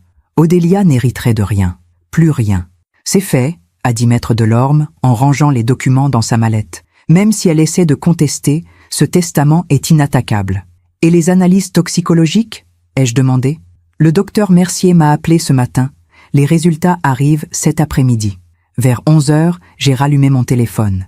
Immédiatement, il a vibré avec une série de messages de Sylvestre. « Maman, on est en route. On arrive vers 13 heures. On passe à l'hôpital voir grand-mère. Tu es où? Tu ne réponds pas ?» Mon cœur s'est mis à battre trop vite. Ils allaient arriver à l'hôpital américain de Neuilly et découvrir que Madame Beaumont n'était plus là, que j'avais disparu aussi. J'ai regardé Maître Delorme, paniqué. Ils arrivent à Paris, dans 2 heures. Laissez-les venir à l'hôpital. Laissez-les découvrir que leur victime a disparu. Pendant ce temps, nous aurons les preuves. Et s'ils devinent où nous sommes? Ils ne devineront pas. Personne ne sait que Madame Beaumont est ici, sauf le docteur Mercier, vous et moi. Mais j'avais peur, une peur viscérale, parce que je connaissais Odélia maintenant. Je savais de quoi elle était capable. À 13h30, mon téléphone a sonné. Sylvestre. J'ai hésité, puis j'ai décroché. « Maman, où es-tu? On est à l'hôpital et ils nous disent que grand-mère a été transférée. Pourquoi tu ne m'as rien dit ?» Sa voix était affolée, presque hystérique. Mais était-ce de l'inquiétude sincère ou du calcul? Calme-toi, Sylvestre. Le médecin a décidé de la transférer vers un service spécialisé. Elle montrait des signes d'amélioration. C'est une bonne nouvelle. Quel service? Quel hôpital? Je ne me souviens plus du nom. Une clinique dans le 15e, je crois. Le docteur m'a tout expliqué, mais j'étais tellement soulagée que je n'ai pas retenu tous les détails. Mensonge. Je mentais à mon fils. Mais pour protéger une innocente. « Maman, c'est important. Odélia est dans tous ses états. On doit savoir où est grand-mère. » En arrière-plan, j'ai entendu la voix d'Odélia, aiguë, presque criarde. « Demande-lui où elle est. Dis-lui qu'on a le droit de savoir. » Sylvestre, écoute-moi. Le docteur Mercier, le chef de service, a tout organisé. Appelle-le. Il te donnera tous les détails. Je suis fatiguée, j'ai besoin de rentrer chez moi me reposer. Tu rentres où? À ton appartement? Oui. On vient te voir ce soir. Il faut qu'on parle. D'accord, mon chéri. J'ai raccroché, les mains tremblantes. Maître Delorme me regardait gravement. Vous mentez très mal, Ilénia. Je sais. Si votre fils et Odélia sont aussi intelligents que je le pense, ils vont comprendre que quelque chose ne va pas. Ils vont chercher. Que dois-je faire? Rentrez chez vous. Agissez normalement. Quand ils viendront ce soir, ne leur dites rien. Faites comme si tout allait bien. Demain, nous aurons les preuves. Et nous irons à la police. Je suis rentré chez moi vers 15 heures. Mon appartement du 16e arrondissement me semblait étrange. Comme si je n'y avais pas mis les pieds depuis des années, alors que je n'étais parti que 5 jours. 5 jours. 5 jours pendant lesquels ma vie entière avait basculé. J'ai pris une douche, je me suis changée, j'ai préparé du thé. Puis je me suis assise dans mon salon, regardant les moulures du plafond, attendant. À 19 heures, la sonnette a retenti. Mon cœur a bondi dans ma poitrine. Je suis allée ouvrir. Sylvestre et Odélia se tenaient sur le palier. Mon fils avait l'air fatigué, les traits tirés. Odélia, elle, était impeccable. Cheveux blonds parfaitement coiffés, tailleur Chanel beige, sac à main en cuir marron, celui où elle cachait son agenda avec les codes secrets. « Maman », a dit Sylvestre en m'embrassant. On était tellement inquiets. « Entre, mon chéri. » Ils sont entrés. Odélia m'a embrassée aussi, 2 bises froides, mécaniques. J'ai senti son parfum, Chanel 925, et j'ai eu envie de vomir. « Asseyez-vous, je vous fais du thé. »« Non merci », a coupé Odélia, la voix tendue. « Nous voulons juste comprendre ce qui s'est passé. Pourquoi grand-mère a été transférée sans qu'on soit prévenu ? Le docteur Mercier a dit que c'était une décision médicale urgente. »« Mais vous étiez là ? Vous auriez dû nous appeler ? » J'ai pensé que vous profitiez de vos vacances. Je ne voulais pas vous inquiéter. Sylvestre s'est assis sur le canapé, a passé une main dans ses cheveux. « Maman, on a appelé la clinique dont tu parlais. Il y a 3 cliniques dans le 15e. Aucune n'a de patiente nommée Elisabeth Beaumont. » Mon sang s'est glacé. Peut-être que le transfert n'est pas encore enregistré administrativement. Ces choses prennent du temps. Odélia m'a regardé. Vraiment regardé. Ses yeux étaient froids, calculateurs, et j'ai su, à cet instant, qu'elle savait que je mentais. « Ilenia », a-t-elle dit lentement. « Où est ma grand-mère ?»« Je vous l'ai dit, dans une clinique. »« Laquelle ?» ?»« Je ne me souviens plus du nom exact. Vous ne vous souvenez plus. » Elle a souri. Un sourire glacial. « C'est étrange, non, Sylvestre ? Ta mère a passé 5 jours à l'hôpital, elle accompagne un transfert médical important et elle ne se souvient pas du nom de la clinique ?» Sylvestre me regardait maintenant avec suspicion. « Maman, qu'est-ce qui se passe ? » « Rien. Je suis fatiguée. Ces derniers jours ont été épuisants. » Odélia s'est levée, a fait quelques pas dans le salon, a regardé par la fenêtre, puis elle s'est retournée vers moi. « Vous avez parlé avec elle, n'est-ce pas ? »« Quoi ? » ?»« Avec grand-mère. Elle vous a parlé. » « Comment pourrait-elle me parler ? Elle est dans le coma. » »« Elle n'a jamais été dans le coma. » Les mots sont tombés comme des pierres. Sylvestre s'est levé d'un bond. « Odélia, qu'est-ce que tu racontes ?» Mais Odélia ne le regardait pas. Elle me fixait, les yeux rétrécis. « Vous savez, n'est-ce pas ? Elle vous a tout raconté. Les médicaments, le plan, tout. »« Je ne vois pas de quoi tu parles, » ai-je murmuré, la voix tremblante. « Menteur. » Sylvestre nous regardait, l'un et l'autre, complètement perdus. « Quelqu'un peut m'expliquer ce qui se passe ?» Odélia s'est tournée vers lui, le visage soudainement radouci, les yeux remplis de larmes, des larmes parfaites, sur commande. « Sylvestre, mon amour, je crois que ta mère a été manipulée par grand-mère. Tu sais qu'elle est confuse depuis des mois. Elle dit des choses qui n'ont aucun sens. Elle accuse les gens de vouloir lui faire du mal. C'est sa démence. »« Non, ai-je dit, la voix plus forte maintenant, ce n'est pas de la démence, c'était toi, tu la droguais. » Le silence qui a suivi était assourdissant. Sylvestre me regardait comme si j'étais devenue folle. « Maman, qu'est-ce que tu racontes ? Demande à ta femme. Demande-lui ce qu'elle faisait avec les lorazépam, les zolpidem, les diazépam. » Odélia a éclaté en sanglots, des sanglots magnifiques, déchirants. « Je ne comprends pas. Pourquoi tu me détestes autant, Ilenia ? Qu'est-ce que je t'ai fait ? Tu as essayé de tuer une femme de 83 ans pour son argent. » Sylvestre s'est avancé vers moi, le visage rouge de colère. « Ça suffit. Tu vas trop loin. Odélia n'a rien fait de tel. Alors pourquoi aviez-vous préparé des documents de mise sous tutelle ? Pourquoi parliez-vous de procuration, de notaire, de fenêtre d'opportunité ?» Odélia a cessé de pleurer d'un coup. Son visage est redevenu froid, dur. « Qui vous a dit ça ? Madame Beaumont. » Elle a tout entendu. Chaque mot, chaque plan. Odélia a regardé Sylvestre. Un regard que je n'oublierai jamais. Un regard qui disait « Elle sait, il faut agir. » Et Sylvestre, mon fils, mon unique enfant, a hoché la tête. Je me demande encore si j'ai fait le bon choix. Et vous ? Qu'auriez-vous fait à ma place ? Ce hochement de tête de Sylvestre a tout changé. Mon fils, mon petit garçon. Celui que j'avais bercé pendant des nuits entières quand il faisait des cauchemars. Celui qui me récitait des poèmes de Victor Hugo à 7 ans. Celui qui pleurait dans mes bras quand son père est mort en 2015. Il venait de confirmer, par un simple mouvement de tête, qu'il était complice. « Sylvestre », ai-je murmuré, la voix brisée, « dis-moi que ce n'est pas vrai. Dis-moi que tu n'as rien à voir avec tout ça. » Il a détourné le regard. Il ne pouvait pas me regarder en face. Odélia, elle, n'avait plus besoin de jouer. Le masque était tombé. Elle s'est assise sur le canapé, a croisé les jambes élégamment et m'a regardé avec un calme terrifiant. « Où est-elle » a-t-elle demandé, la voix plate, sans émotion. « Je ne vous le dirai pas. Vous allez nous le dire. Jamais. » Elle a souri. Un sourire qui m'a glacé le sang. « Vous savez, Ilenia, j'ai toujours trouvé admirable votre capacité à vous aveugler. Pendant 4 ans, vous avez cru que j'aimais votre fils, que j'étais une jeune femme blessée, cherchant une famille. Vous ne vous êtes jamais demandé pourquoi j'avais choisi Sylvestre, spécifiquement, parce que tu savais qu'il avait de l'ambition, qu'il voulait réussir, que l'argent comptait pour lui. Exactement. » Elle a regardé Sylvestre avec quelque chose qui ressemblait presque à de la tendresse. Sylvestre est prévisible. Il a des dettes que sa mère ne connaît pas. Des investissements ratés, des prêts qu'il ne peut pas rembourser. Il avait besoin d'argent. J'avais accès à de l'argent. C'était une évidence. Je me suis tournée vers mon fils. « C'est vrai? Tu as des dettes ?» Il a regardé ses chaussures comme un enfant pris en faute. « J'ai fait des mauvais placements en 2022. J'ai perdu beaucoup. J'ai emprunté pour compenser. Mais ça aurait dû fonctionner. Le marché aurait dû remonter. Combien? 300 000 €. J'ai porté la main à ma bouche, horrifiée. Mon Dieu, Sylvestre, pourquoi ne m'as-tu rien dit? Parce que tu n'as pas 300 000 €, maman. Papa ne nous a rien laissé, tu te souviens?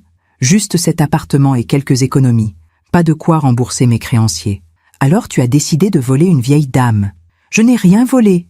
Il a levé la voix pour la première fois. Odélia allait hériter de toute façon.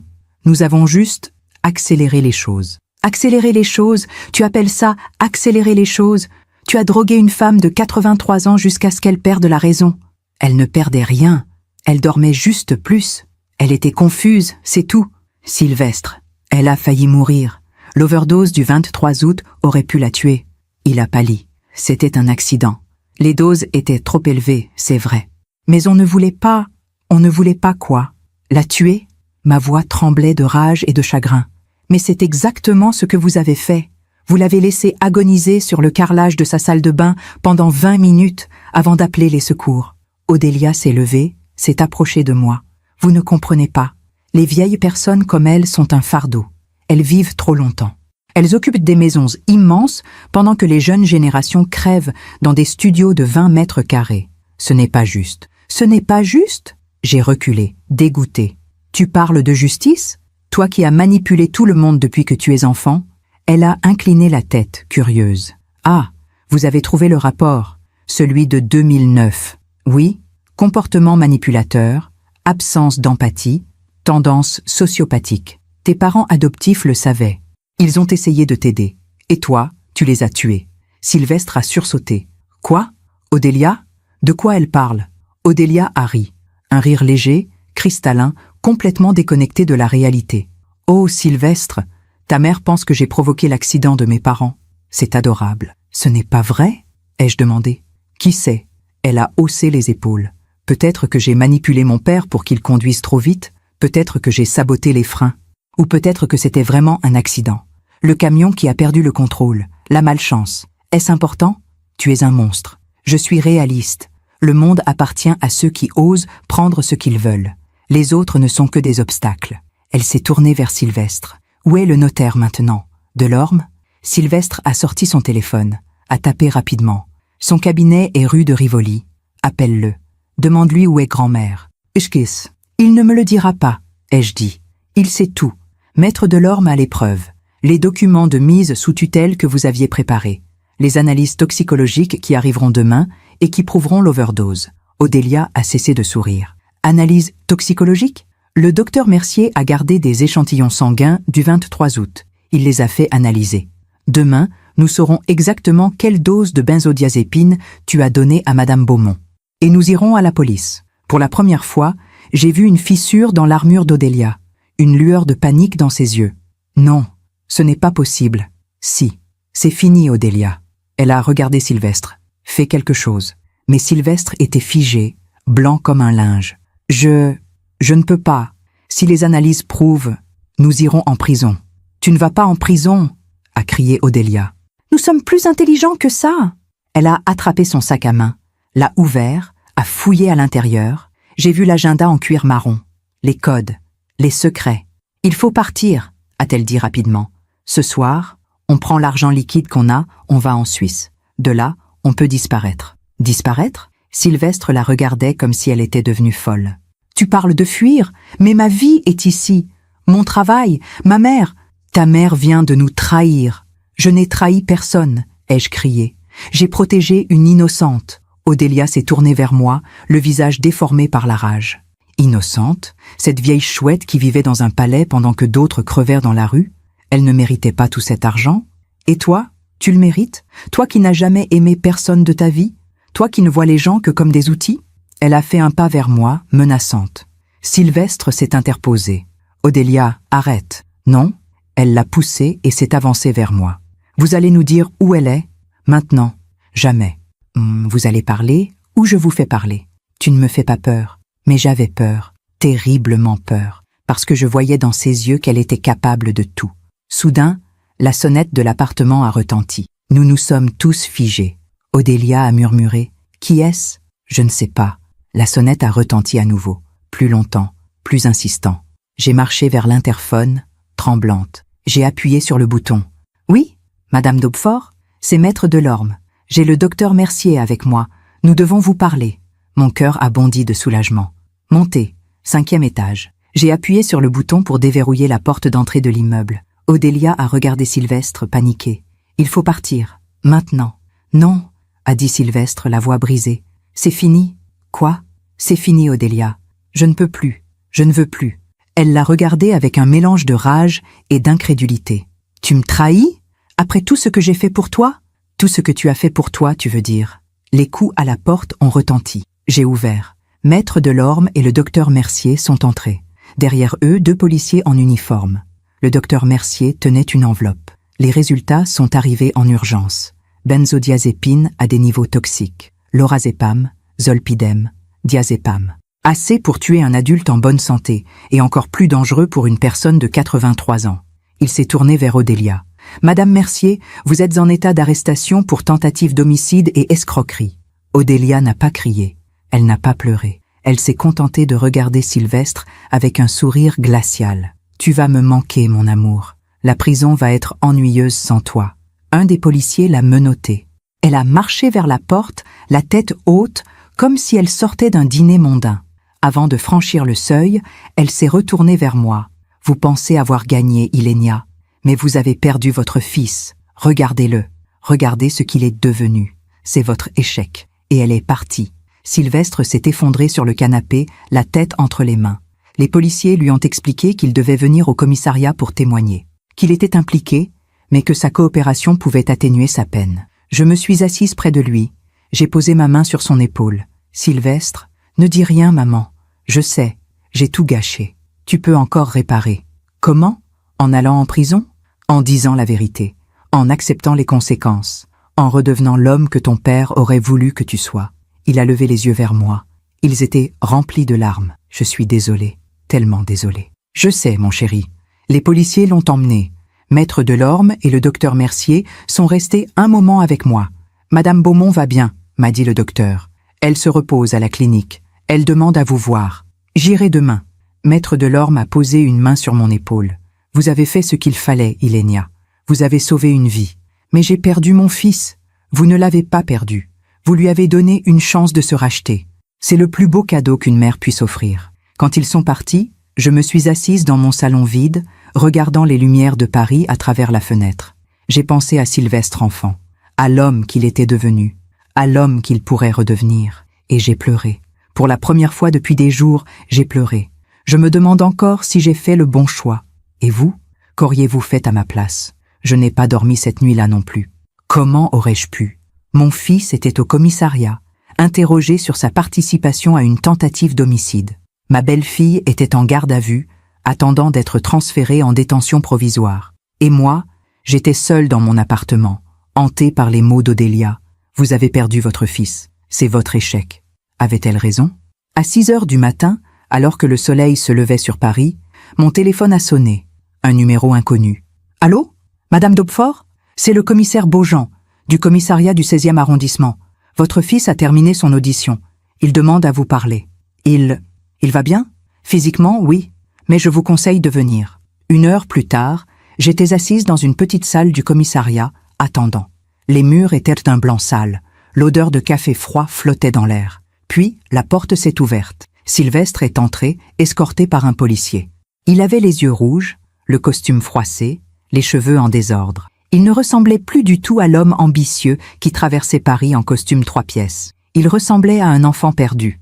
Le policier nous a laissés seuls. Sylvestre s'est assis en face de moi, les mains jointes sur la table. « Maman. » Sylvestre. Un long silence, puis il a parlé, la voix brisée. J'ai tout raconté. Chaque détail. Les médicaments, les doses, les conversations, le plan de mise sous tutelle. Tout. Tu as fait ce qu'il fallait. Je suis complice, maman. Le procureur dit que je risque 5 à 7 ans de prison. Peut-être plus. Mon cœur s'est serré, mais je suis restée calme. Tu paieras pour tes actes. C'est normal. Comment peux-tu être si froide? Je ne suis pas froide. Je suis brisée. Mais je ne vais pas te dire que tout va bien, que ce n'est pas grave. Parce que c'est grave, Sylvestre. Tu as participé à la torture d'une vieille dame sans défense. Il a fermé les yeux, les larmes coulant sur ses joues. Je ne sais pas comment j'en suis arrivée là. Au début, quand Odélia m'a parlé de l'héritage en 2023, je pensais juste qu'on attendrait, que grand-mère mourrait naturellement et qu'on hériterait. Mais elle était en si bonne santé. Elle aurait pu vivre encore 10, 15 ans. Et mes dettes, elles m'étouffaient. Pourquoi ne m'as-tu rien dit? J'aurais pu t'aider. On aurait pu vendre cet appartement, trouver une solution. Parce que j'avais honte. Il a levé la voix, puis s'est calmé. J'avais honte d'avoir échoué. Papa était un homme brillant. Il gérait l'argent avec intelligence. Et moi, j'ai tout perdu en quelques mois. Des placements stupides, de l'arrogance. Je croyais que je pouvais gagner rapidement, récupérer mes pertes. Mais j'ai juste creusé le trou. Alors tu as écouté Odélia. Elle était si convaincante. Elle disait que ce n'était pas vraiment du vol, puisque l'argent lui revenait de droit, que Madame Beaumont ne s'apercevrait de rien, qu'elle dormirait juste plus, qu'elle serait confuse et que les médecins diagnostiqueraient une démence naturelle. Personne ne saurait. Mais tu savais que c'était mal. Il a hoché la tête, les yeux baissés. Oui, je le savais. Chaque fois que je la voyais, chaque fois qu'Odélia lui donnait ses médicaments avec un sourire, je me détestais un peu plus. Mais j'avais trop peur de tout perdre. Mon travail, ma réputation, ma liberté, si mes créanciers portaient plainte. Et le soir du 23 août, quand elle a eu l'overdose, Sylvestre a pris une longue inspiration, comme s'il se préparait à confesser le pire. J'étais là, dans le salon. Odélia est montée voir si grand-mère dormait. Elle est redescendue 10 minutes plus tard et elle a dit « Elle est tombée. Je crois qu'elle ne va pas bien. »« Haute, et tu ne t'es pas précipitée en haut ?»« Non. Odélia m'a dit d'attendre. Elle a regardé sa montre. Elle a attendu exactement 20 minutes. Puis elle a appelé le SAMU, en pleurant, en jouant la petite fille paniquée. Et toi, tu es resté là, dans le salon, sachant qu'une femme agonisait à l'étage. Oui, sa voix n'était qu'un murmure. C'est le moment où j'aurais dû agir, où j'aurais dû appeler les secours immédiatement, où j'aurais dû dire la vérité. Mais je ne l'ai pas fait. Parce que j'étais lâche. J'ai fermé les yeux. Mon fils, mon petit garçon, un lâche. Que va-t-il se passer maintenant? Ai-je demandé. Le procureur dit que si je coopère pleinement, si je témoigne contre Odélia, ma peine pourra être réduite, peut-être 3 ans avec sursis partiel. Mais je perdrai mon travail, ma réputation, tout. Tu survivras. Les gens survivent à pire. Il m'a regardé, les yeux pleins d'espoir. Tu seras là? Quand je sortirai, tu seras encore là? Je serai toujours ta mère, Sylvestre. Mais notre relation ne sera plus jamais la même. Tu comprends ça? Oui. Je suis sortie du commissariat vers 11 heures. Le ciel était gris, lourd. Paris sentait l'automne. J'ai pris un taxi jusqu'à la clinique Sainte-Anne. Madame Beaumont était assise dans son lit, en train de lire le journal. Elle portait une chemise de nuit propre, ses cheveux blancs étaient coiffés. Elle avait repris des couleurs. Elle ressemblait à ce qu'elle devait être avant tout cela. Une femme élégante, digne, forte. « Ilénia », a-t-elle dit en me voyant entrer. « Comment allez-vous ?»« Je ne sais pas. » Je me suis assise près d'elle. Elle a pris ma main, ce geste qui était devenu notre langage. Maître Delorme m'a tout raconté. L'arrestation, les aveux de Sylvestre. Il va aller en prison. Peut-être, mais il a fait le bon choix à la fin. Est-ce suffisant? Elle a serré ma main plus fort. Je ne sais pas. La rédemption n'efface pas les actes, mais elle ouvre un chemin vers le pardon. Pas le mien.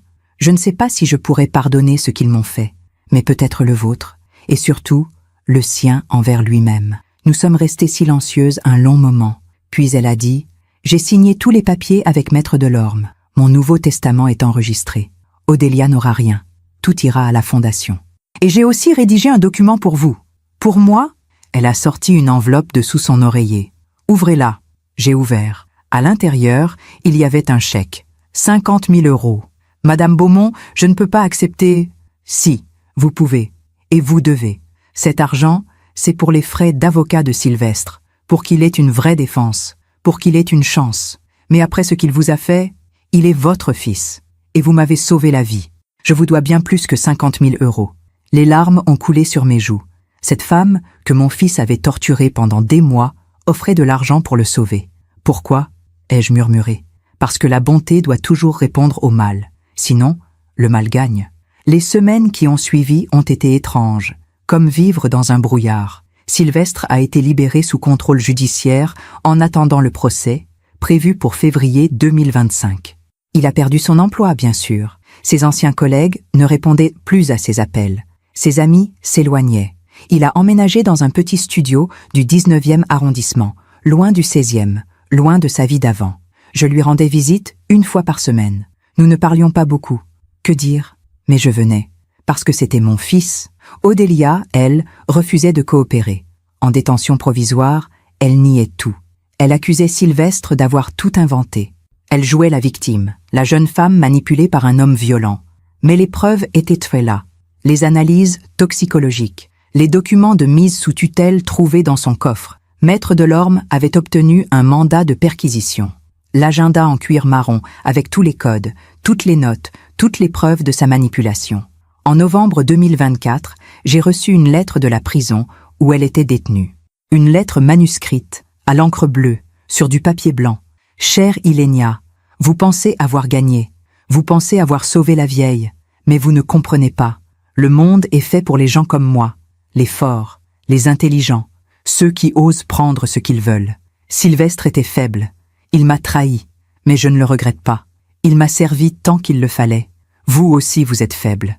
Vous vous accrochez à des principes inutiles.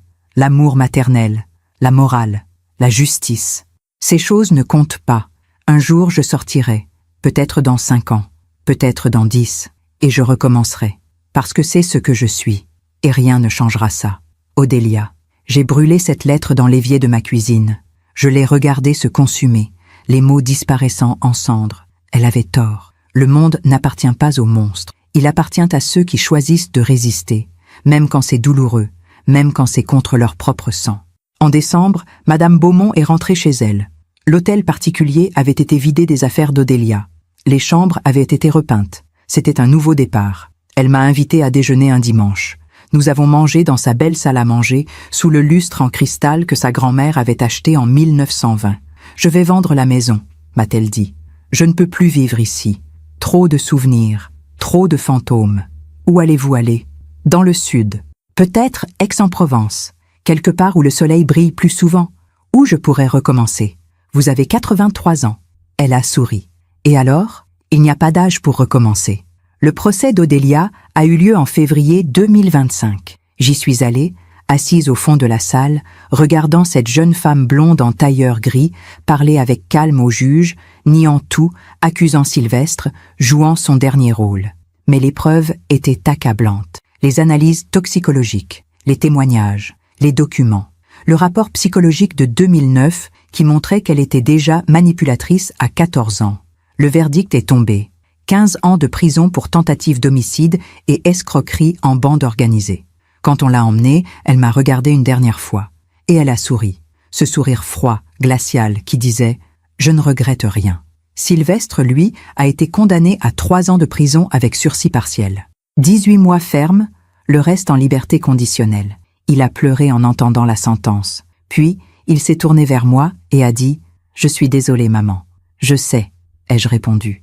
Il est sorti de prison en août 2025. Amaigri, changé. Il avait 40 ans maintenant, plus tout à fait jeune, plus du tout naïf. Il a trouvé un travail modeste dans une petite entreprise de comptabilité. Il rembourse ses dettes lentement. Il vit dans son studio. Il me rend visite chaque dimanche. Nous prenons le thé ensemble. Nous parlons de choses sans importance. La météo, les livres que je lis, son travail. Parfois, il me demande « Tu penses que je peux me racheter ?»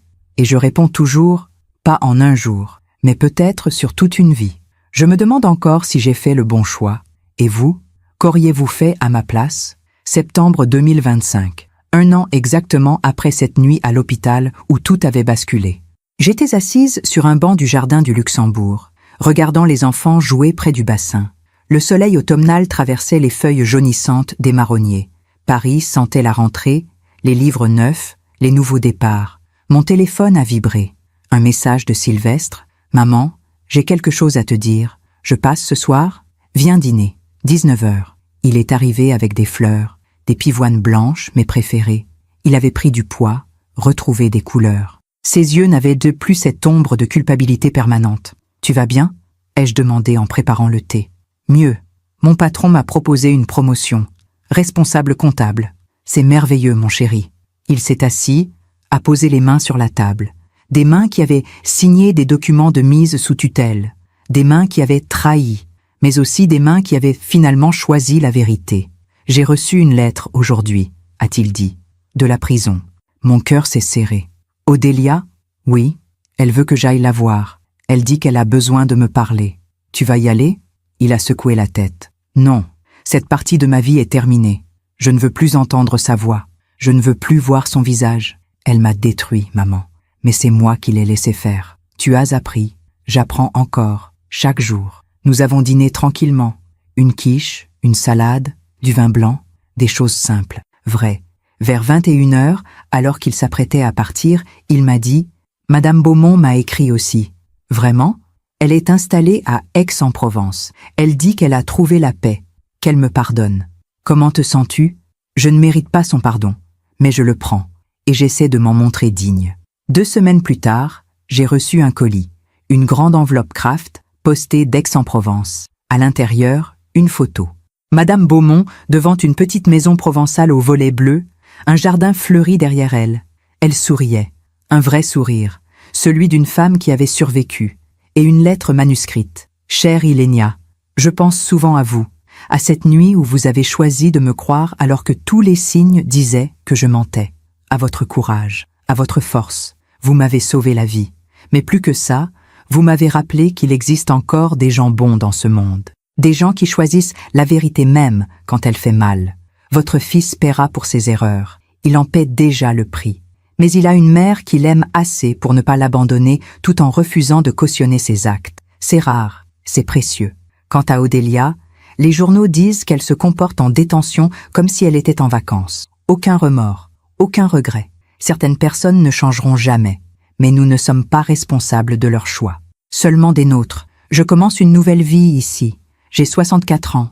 Non, 84. Je me trompe encore parfois avec les chiffres, un reste des médicaments sans doute. Mais mon esprit est clair, mon cœur est léger. Je suis libre. Venez me voir quand vous voulez. Ma porte vous est toujours ouverte, avec toute mon affection, Elisabeth. Décembre 2025. Noël approchait. J'ai invité Sylvestre à dîner. Il est venu seul, bien sûr. Plus de femmes élégantes à son bras. Plus de mensonges dorés. Nous avons mangé dans la cuisine, comme autrefois quand il était enfant. Du poulet rôti, des pommes de terre, simple, honnête. Tu te souviens?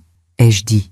Quand tu avais 7 ans et que tu m'as menti sur une mauvaise note à l'école, tu l'avais découvert. Évidemment, les mères savent toujours. Et tu m'avais dit, la vérité peut faire mal, mais le mensonge fait pire. Il détruit la confiance. Je le pense toujours. Moi? Il m'a regardé, les yeux brillants. Je peux reconstruire la confiance, maman? Oui, un jour à la fois, un geste à la fois, une vérité à la fois. Tard ce soir-là, seul dans mon salon, j'ai pensé à tout ce qui s'était passé. L'hôpital, la révélation, le choix, la trahison, la rédemption. Odélia purgeait sa peine à Fleury-Mérogis. 15 ans qui deviendraient peut-être 12 avec bonne conduite. mais bonne conduite pour elle signifiait seulement bien jouer le rôle. Sylvestre reconstruisait sa vie, brique par brique. Madame Beaumont avait trouvé la paix dans le Sud. Et moi, j'avais appris qu'aimer quelqu'un ne signifie pas cautionner ses erreurs, que la justice peut être cruelle mais nécessaire, que parfois, sauver quelqu'un signifie le laisser tomber. Les mots que j'avais entendus dans cette chambre d'hôpital avaient glacé mon sang, mais ils avaient aussi sauvé une vie. La vie d'une femme de 84 ans qui méritait de finir ses jours en paix, et peut-être aussi l'âme de mon fils. Je me demande encore si j'ai fait le bon choix. Et vous, qu'auriez-vous fait à ma place? Janvier 2025, le début d'une nouvelle année. J'étais assise dans mon salon, une tasse de thé à la main, regardant la neige tomber doucement sur Paris. Dehors, la ville était silencieuse, comme endormie sous un drap blanc. Mon téléphone a sonné. Madame Beaumont. Ilenia, bonne année. Bonne année, Elisabeth. Nous nous appelions par nos prénoms maintenant. L'épreuve nous avait rapprochés d'une manière que ni elle ni moi n'aurions pu imaginer. Je voulais vous remercier, encore, toujours. Vous m'avez déjà remercié 100 fois, et je vous remercierai 100 fois encore. Vous m'avez donné une seconde vie. Vous vous l'êtes donnée vous-même, en choisissant de survivre, de résister. Un silence doux, complice. Comment va Sylvestre? A-t-elle demandé. Il avance, lentement, mais il avance. C'est tout ce qu'on peut demander. Ce soir-là, j'ai écrit une lettre. Pas pour l'envoyer, juste pour moi, pour fermer un chapitre. Cher Sylvestre, si tu lis ceci un jour, c'est que je ne serai plus là. Je veux que tu saches quelque chose. Ce que tu as fait était impardonnable, mais tu es pardonnable. Ces deux choses peuvent coexister. Tu as fait le pire, puis tu as fait le mieux que tu pouvais avec les ruines que tu avais créées. Tu as dit la vérité, tu as accepté les conséquences, tu as choisi le difficile chemin de la rédemption. Je suis fier de ce choix. Pas de ce que tu as fait avant, jamais, mais de ce que tu fais maintenant. La vie t'a donné une seconde chance, ne la gâche pas, je t'aimerai toujours, même quand je ne serai plus là pour te le dire. Ta maman, février 2025, 1 an et demi après cette nuit à l'hôpital. J'ai reçu une dernière lettre d'Odélia. Je ne l'ai pas ouverte, je l'ai brûlée directement, sans même regarder l'écriture. Certaines voix ne méritent pas d'être entendues.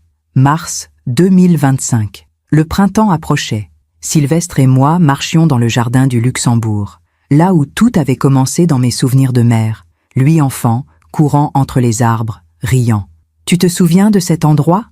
ai-je demandé. « Oui, tu m'amenais ici tous les dimanches. On donnait du pain aux canards. Tu étais un enfant heureux. Je l'étais. Tu peux le redevenir, pas comme avant, mais différemment, mieux. » Il m'a regardé avec quelque chose qui ressemblait à de l'espoir. « Tu crois vraiment ?»« Oui. » Parce que tu as compris quelque chose qu'Odélia ne comprendra jamais. Quoi? Que la vraie force n'est pas de prendre ce qu'on veut, c'est de reconstruire ce qu'on a détruit. Aujourd'hui, je suis assise dans ce même salon où j'ai accueilli Sylvestre et Odélia il y a plus d'1 an. Mais tout a changé. Mon fils est vivant. Pas le fils que j'avais rêvé qu'il devienne, mais un homme qui essaie, qui trébuche, qui se relève. Madame Beaumont vit sa nouvelle vie dans le Sud, entourée de lavande et de soleil. Odélia reste enfermée, refusant de reconnaître ses crimes, attendant le jour où elle pourra recommencer. Et moi, j'ai appris qu'on peut aimer quelqu'un et choisir la justice quand même, qu'on peut être brisée et forte à la fois, qu'on peut pardonner sans oublier. Ces mots que j'ai entendus dans cette chambre d'hôpital, ils essayèrent de me tuer, ont glacé mon sang. Mais ils ont aussi réveillé quelque chose en moi, le courage de faire ce qui est juste, même quand c'est contre mon propre sang. Si mon histoire aide ne serait-ce qu'une femme à ouvrir les yeux, à choisir la vérité plutôt que le confort du mensonge, alors tout cela aura eu un sens. La douleur nous transforme. Elle ne nous détruit pas si nous refusons de la laisser faire. Je m'appelle Ilenia d'Aubefort. J'ai 62 ans maintenant. Et voici l'histoire que je devais raconter. Non pas pour me vanter, non pas pour condamner mon fils éternellement, mais pour dire qu'il est possible de survivre à la trahison de ceux qu'on aime le plus. Et qu'au bout du tunnel, il y a toujours une lumière, même quand on croit qu'il n'y en a plus. Merci de m'avoir écouté jusqu'au bout. Si cette histoire a touché votre cœur, abonnez-vous et activez la cloche pour entendre d'autres femmes qui ont transformé la douleur en sagesse. Chaque jour, une femme, une leçon de vie. Partagez cette histoire avec quelqu'un que vous aimez. Parfois, une histoire change toute une journée. Que Dieu vous bénisse et à très bientôt.